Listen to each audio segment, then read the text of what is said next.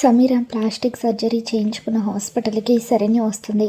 అక్కడ సమీర సౌమ్య ఫోటోలో పెట్టుండడం చూసి శరణ్య షాక్ అవుతూ అక్కడున్న స్టాఫ్ వాళ్ళ దగ్గరికి వెళ్ళి, ఎక్స్క్యూజ్ మీ, ఇక్కడ ఏంటి ఈ 2 ఫోటోలు ఎందుకున్నాయి అని చెప్పి అంటూ ఉంటే, ఇక్కడికి వచ్చే ప్రతి ఒక్కరు కూడా ప్లాస్టిక్ సర్జరీ చేయించుకొని తమ రూపాన్ని మార్చుకోవడానికి వస్తారు కదా మేడం, అలాగే ఇక్కడున్న వాళ్ళంతా కూడా ప్లాస్టిక్ సర్జరీ చేయించుకున్న తర్వాత ఇలా ఉన్నారని చెప్పి వాళ్ళ ఫోటోలే ఇవి అంటూ అక్కడున్న వాళ్ళు శరణ్యకు చెప్పడంతో సమీర ప్లాస్టిక్ సర్జరీ చేయించుకొని సౌమ్యగా రూపం మార్చుకుందని నిజం తెలుసుకుంటుంది.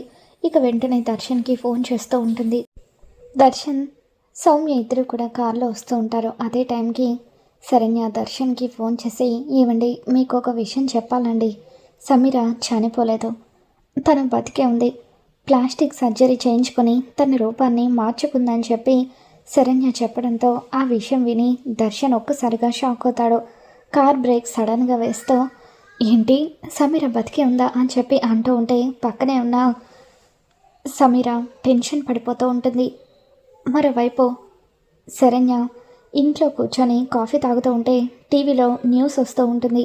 బెంగళూరు నుండి హైదరాబాద్ వస్తున్న విమానం టేకాఫ్ అయిన కాసేపటికే కూలిపోయిందని చెప్పి టీవీలో న్యూస్ రావడంతో శరణ్య ఒక్కసారిగా తన చేతిలో ఉన్న కాఫీ కప్పుని కింద పడేస్తూ ఆనందభరివితో, అత్తయ్య గారు, ఆయన అదే ఫ్లైట్లో ఉన్నారు అత్తయ్య గారు అని చెప్పి టెన్షన్ పడిపోతూ ఉంటుంది.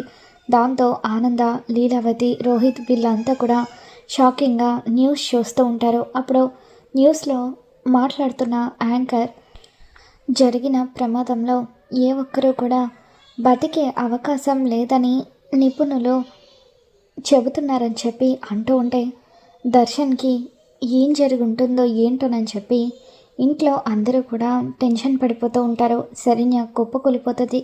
మరి దర్శన్కి ఏదైనా ప్రమాదం జరిగి ఉంటుందా, ఏం జరగబోతుందో మళ్ళీ మన ఛానల్ తెలుసుకుందాం. ఈ వీడియో మీకు నచ్చినట్లయితే తప్పకుండా లైక్ చేయండి.